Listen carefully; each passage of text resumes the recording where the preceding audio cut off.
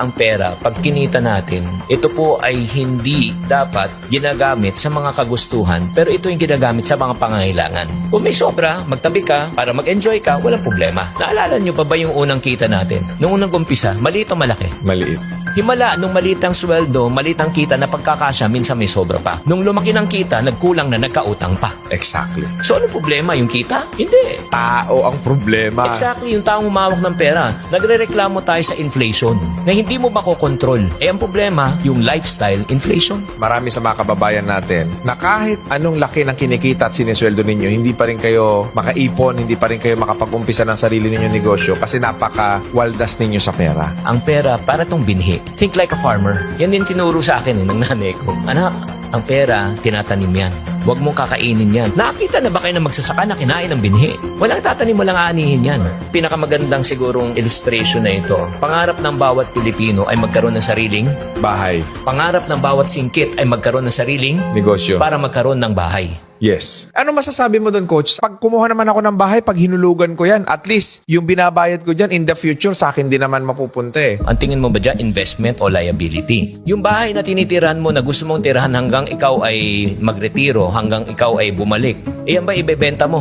Eh, hindi, kasi titirahan mo yan eh. Correct. Yan ba ipapaupahan mo? Eh hindi rin. O, so ang tawag dyan, liability dahil hindi kumikita ng pera. Correct. So ang mga marurunong sa pera, at tinatanong nila parati, paano ko muna patutubuin tong pera na ito? So ang ginagawa kasi ng marami nating kababayan is kumita ng pera abroad tapos iloloan nila sa pag-ibig 10, 15 years to pay. Ano masasabi mo sa ganyang klaseng thinking na matagal na nating kultura dito sa Pilipinas? Wala namang problema na bumili ng bahay. Basta kaya ng budget mo. Hindi naman natin dinidiktahan, o itong gawin mo, ito yung tama at mali. Hindi, preference ng tao yan eh. Like ako, preference ko talaga ay kailangan magtiis ka ngayon. Kaysa ngayon, magpakasasa ka, magpakasarap ka, pero sisingilin ka. Kaya nga doon nga lumabas yung nasulat kong aklat ng Diary of a Pulubi. Paulit-ulit na lang yung mga concern na mga dumalapit sa akin. Online na utang ngayon na Yung online lending app. Nakakaawa talaga. Pag tinanong ko, bakit pa kayo nagkautang? Una, ang feeling nila, hindi na uubos yung pera. Kasi iniisip nila may papasok pang sweldo. So, uutangin na nila in advance. Yun po yung mga bagay na yun. Kaya naisulat yung aklat niya, nakikita ko na talaga, yun nga yung mga weakness eh. Sa OFW, sobrang matulungin na pulubi later. Panay sakripisyo na hindi na nila iniisip ang kanilang sarili. At ito pa ang pinakamasakit sa pagtulong. 9 na beses kang tumulong. 1 beses ka lang tumanggi. Napakasama mo na, kuripot ka na, makasarili ka pa. Kaya napakahirap na maging OFW. Naging masama pang tao. Kawawa talaga. Pag nagbago ang financial mindset ng isang tao, magbabago talaga ang buhay. Yes. Meron nga akong isang matinding realization dyan kung bakit maraming mahirap sa Pilipinas. I mean, hindi ko sinisisi yung mga malls. Nasa Pilipinas ang pinakamalalaking mall and yet isa tayo sa pinakamahirap sa buong mundo. That is a simple representation of how illiterate we are pagdating sa pera. Napakaganda ng sinabi mo, RDR. Ano bang mahilig pag-usapan ng mga taong kapos sa buhay? Pag-uusapan ang buhay ng May buhay. o ibang tao. Yung mga middle class, yun, saan tayo kakain, ano yung latest, saan tayo travel, ano yung mga bagong iPhone, mga ganon. Pero ito yung tanong ko, ano naman ang pinag-uusapan ng mga milyonaryo at bilyonaryo? Kung ano yung pangangailangan nitong mga middle class at mahihirap. Kaya nga ang dapat gawin natin, magpalit tayo ng mindset natin. Hamunin natin ang mga mamamayang maralita na mag-isip, magnegosyo. Kahit na kwek-kwek lang. Makatikim lang ng 100, 200 kita at 500 na sabihin mo, ay, kaya ko pala. From 500, lalaki na naman yan. Ay, mangangarap yan. 1,000 na, ay, kaya ko pala. So, aangat ang buhay nila. Ito kasi yung premise, coach ng maraming mga Pinoy. Hindi naman ako siguradong kikita rin ako sa negosyo. Kasi natatakot tayo, baka mawala ang puhunan natin. Pero meron akong na-attenda na isang seminar ni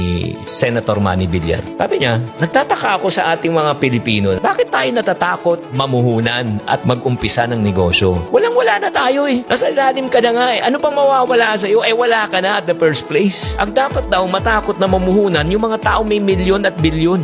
Nakakatakot mag-drive pag di mo alam. Nakakatakot mag-bike pag di mo alam. So ano solusyon? Pag-aralan mo. Natatakot ka magnegosyo at mag-invest dahil hindi mo Alam. So ano solusyon? Alamin mo. Kung gusto nyong maging magaling sa pera, ayusin yung mindset. Tama. Isa pang aral na tinuro sa akin ng aking ina. Nung minsan nag-uwi ako ng bike, sabi niya, pag yan, nasira, meron kang sirang bike. Soli mo yan. Kung hindi mo kaya, huwag kang manghiram. Siyempre, sama na loob mo. Mahirap na nga tayo, wala na tayong pera, minsan lang akong manghiram, tapos pinagkait mo pa to sa akin. Na hindi ko alam, napakagandang leksyon yan. Kasi sinabi niya sa akin, akin. Pag sinanay kita na manghiram, ngayon nanghiram ka, laruan. Paglaki mo, anong hihiramin mo? Pera. Kasi ang konsepto ng hiram, you want it now. Pero ang konsepto ng paghihintay, ito ay kagaganda ng buhay. Kaya para sa mga taong nakikinig na mga magulang dyan, ako, 3 yung anak ko, 22, 20, and 18. Baka masyak na lang kayo, buti na lang hindi ko kayo anak. Sa tanang buhay, hindi nakatanggap ng allowance sa akin mga yung anak ko. Bakit? Pagkain, edukasyon, baon, in terms of baon, pagkain na baon, pagpasok sa school. Pero kung gusto mo ng pera, pagtrabahuan mo, hindi kami nagbibigay ng allowance. Hindi ka ba maging masamang tatay niya? O sige, gusto mo ng pera? Nung bata pa sila, o massage mo ako, I'll pay you. So in other words, we're teaching them the value of hard work. You have to work it out. Yeah, hindi rin ako pumapayag na makipag-negotiate sa akin. Like, Pam, malapit ang birthday ko.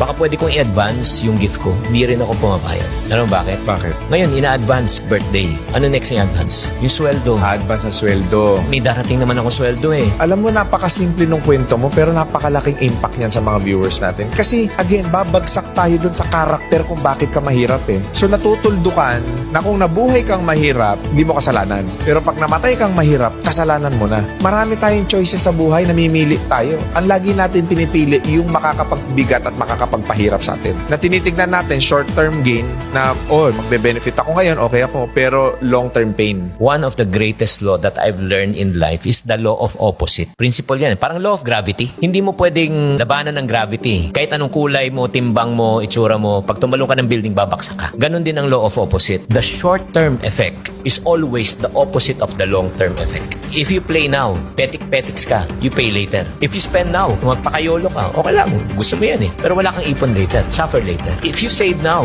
you enjoy later. If you build your business now, diba? You retire later. Huwag mong solusyonan ng mabilis yung problema. Ang unahin mong solusyonan yung kaisipan mo. And then the rest will follow. Ito pang isang law na naunawaan ko na sinusundan ko sa buhay. You cannot solve a permanent problem with a temporary solution. Ang ganda, no? You got to solve a permanent problem with a permanent solution. So kung may utang sila, coach, huwag silang uutang sa iba para mabayaran yung utang nila. Ang gawin nila, dagdagan ninyo yung kita ninyo. Yun ngayon parating sinasabi, dagdag ng kita eh. Kunyari, itong bote na ito, di ba, puno. Lagyan mo ng butas to. Ano mangyayari dito? Dahan-dahan Correct. maubos yan. Tama o mali? Tama. Gusto mo mapuno to? Yes. Anong solusyon? Takpan mo muna yung butas. Takpan mo muna bago mo lagyan. Pero kung sinasabi ng ibang tao, ay hindi, ang solusyon dyan, dagdagan lang yung kita. O sige, tagas, ubos na, di ba? May butas. O dagdagan mong kita, ano mangyari ulit? Tumatagas eh. Kailangan talaga bawas dagdag method. Bawasan mo muna ang mga gastos na hindi mo talaga kailangan. Pag nabawasan na, dagdag. Pag dumadagdag na yan, mapupuno na to. Mindset talaga eh. That because of your mom, yung mga turo, ngayon naaalala mo, di ba, coach? Kaya pala ako naging chingkitan ngayon, hindi pala dahil magaling ako magsalita. Kaya pala ako naging chingkitan ngayon, hindi dahil sa magaling ako sa public speaking, magaling ako makiharap sa tao, hindi pala. Dahil pala ito sa nanay ko, na nagturo sa akin mula pagkabata. Kung ano man yung natutunan ko sa labas, additional na lang yun. Eh, syempre, nagkamalay ka na, naunawa mo na. Ito pala yung pampatibay.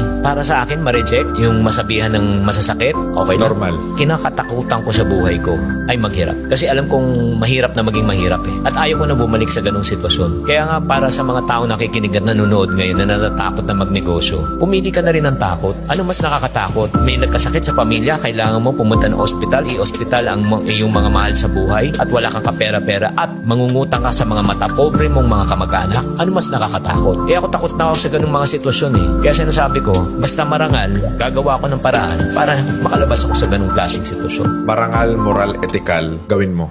Bago